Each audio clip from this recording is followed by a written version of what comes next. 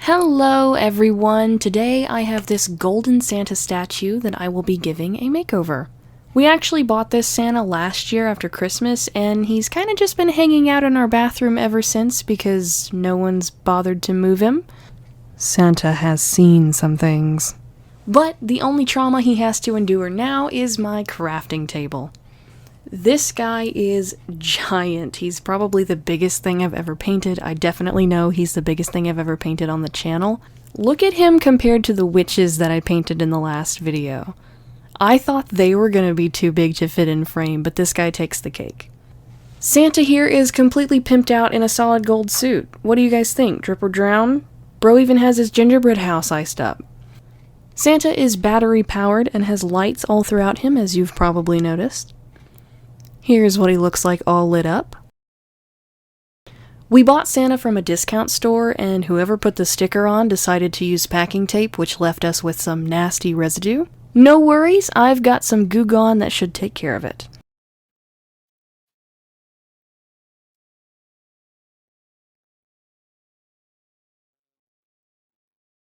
The last thing to do before we get started is to cover all of these lights, and then we're ready to go.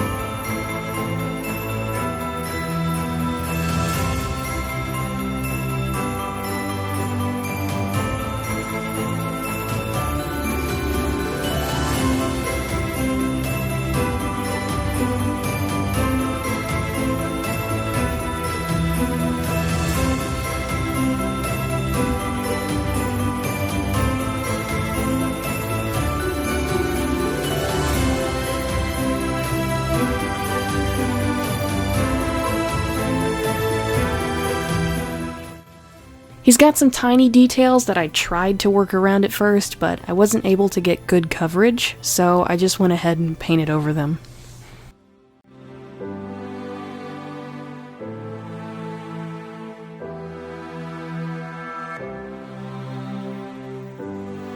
The red is looking good so far. Moving on to his apron, I thought a bright green would go well with the Christmas vibes that we have going on here, because the only thing that screams Christmas in this video are just the vibes. For projects like these, I usually just use cheap paint that you can get at Walmart, but for Santa I wanted to try something new, so I bought some of the red Liquitex basic acrylic paint just to try out, and it went on really smooth. All I had to do for the red was max 2 coats and everything was opaque. The green for the apron is all of that cheap Walmart paint, and you can really see the difference of how it applies. I blocked in the shading for his suit, but I made a teensy weensy little mistake.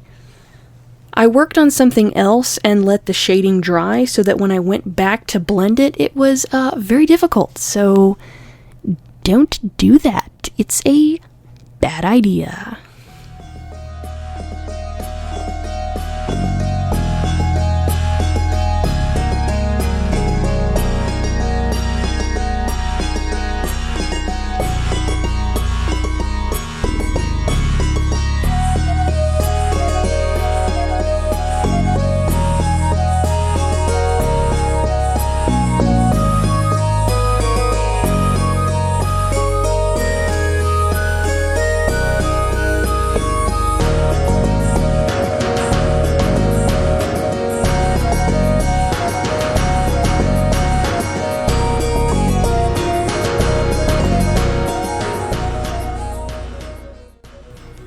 I'm just blocking out the base color for the face and then moving on to do the same with the gingerbread house.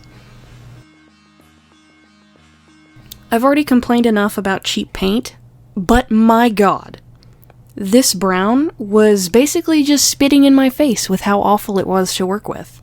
Just look at how it goes on. Look at my pain, viewer. I do this for you.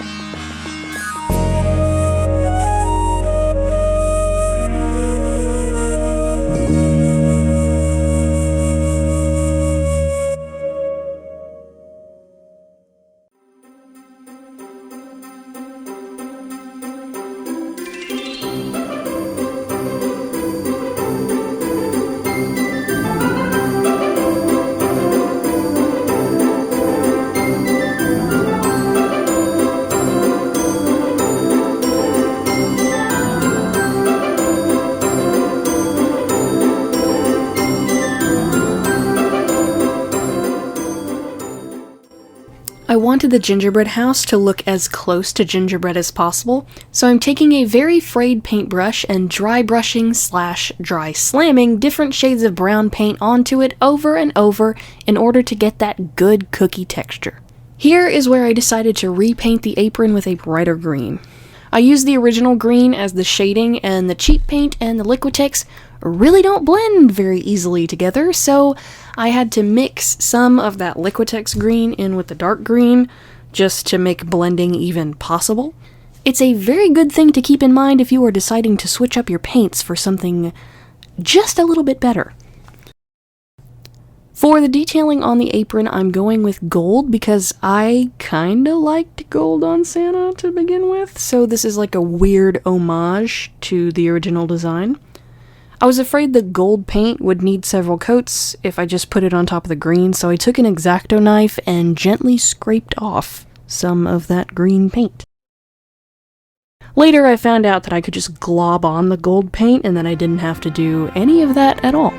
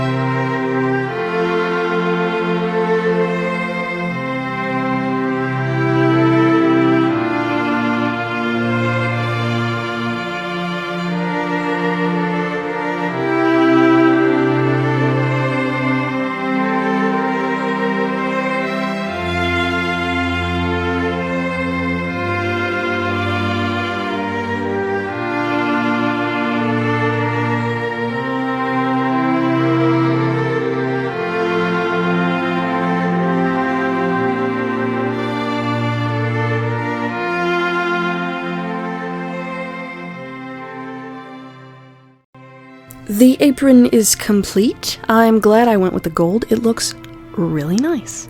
Let's back up a bit and start working on his face.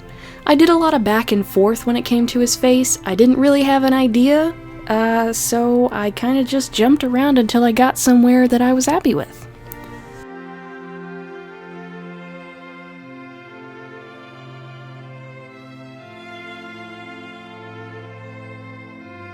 At first I was questioning making his cheeks stand out too much, but I think his big pink cheeks are really cute, and I mean that in the most wholesome way possible.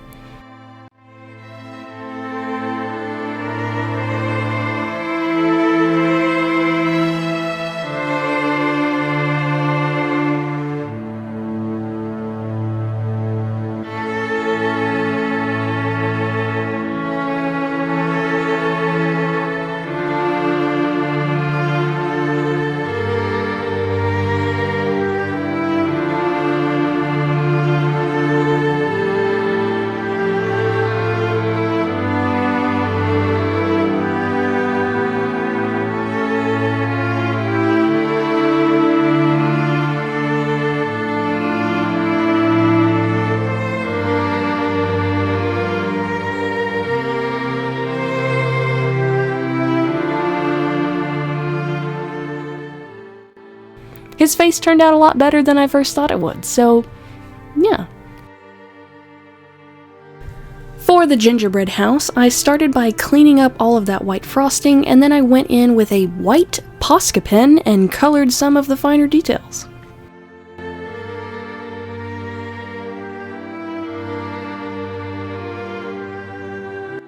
The gingerbread house was definitely the hardest thing to paint on Santa because of how awkward it was. My hand was on fire working on this, so it's messy in some places.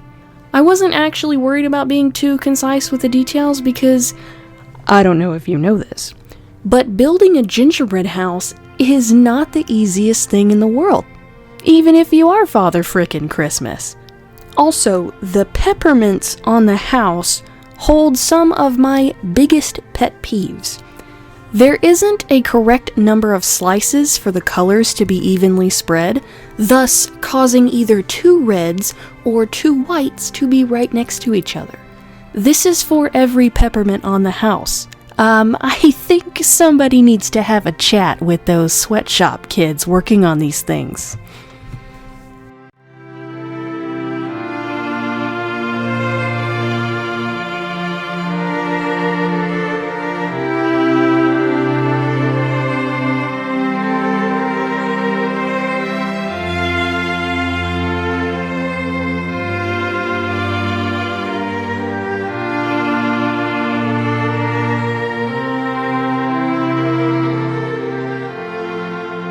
I didn't want to do just red and green colors for the house decoration, so I thought some other bright colors would be better.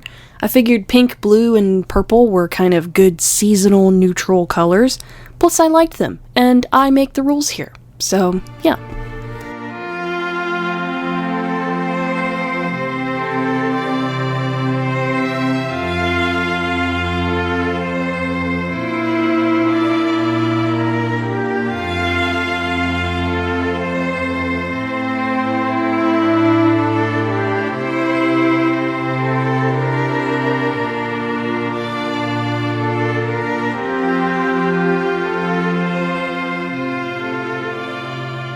Here is a final look at the house. There are some minor touch-ups that need to be addressed, but I will do that off camera, I promise.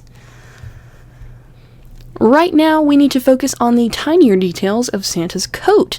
These are going to be white instead of gold like the other details, because I just like it that way. I don't need an explanation for why I choose what I do. Come on.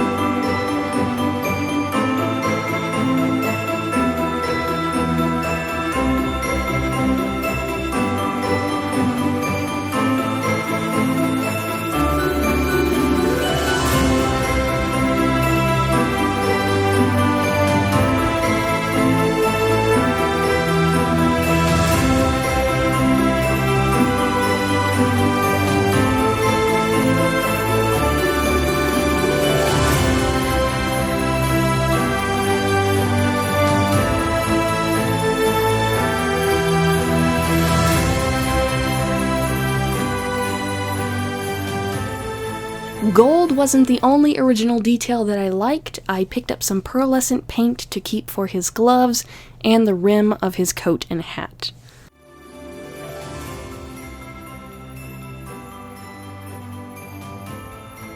For the cuffs of his gloves, I did add a gold bit in the center. Again, it's my freaking thing. I can do it. I can do whatever I want. Yeah.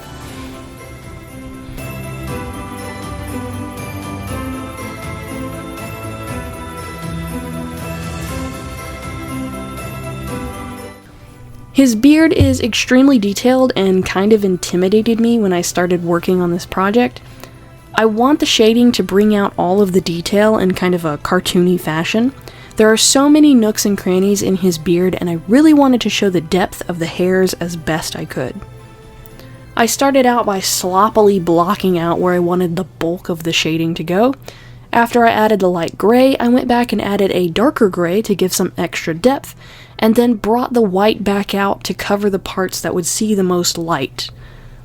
I really tried to keep a light source in mind when painting his beard, but for the most part, I just tried to make it look as aesthetically pleasing as possible.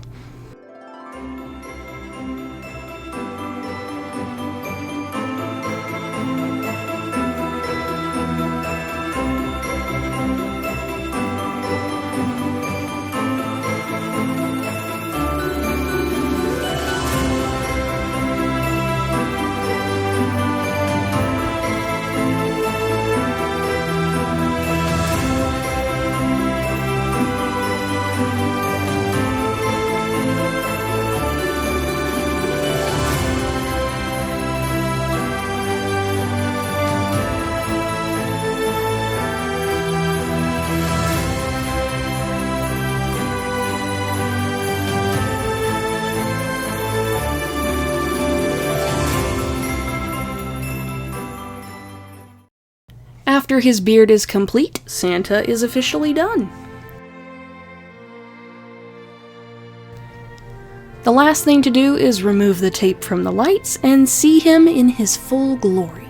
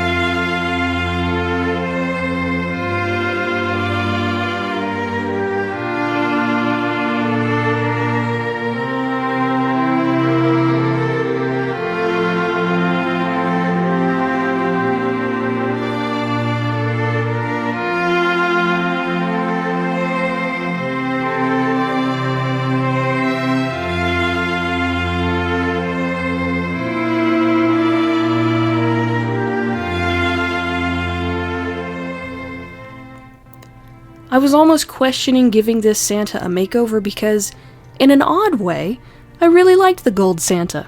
But after finishing his makeover, I couldn't be happier that I did give him a makeover because he looked a little rough. I hope you all enjoyed this makeover. I look forward to making many more. If you look forward to seeing more, please like, subscribe, and leave a comment telling me what you think. As always, thank you for watching, and have a very Merry Christmas.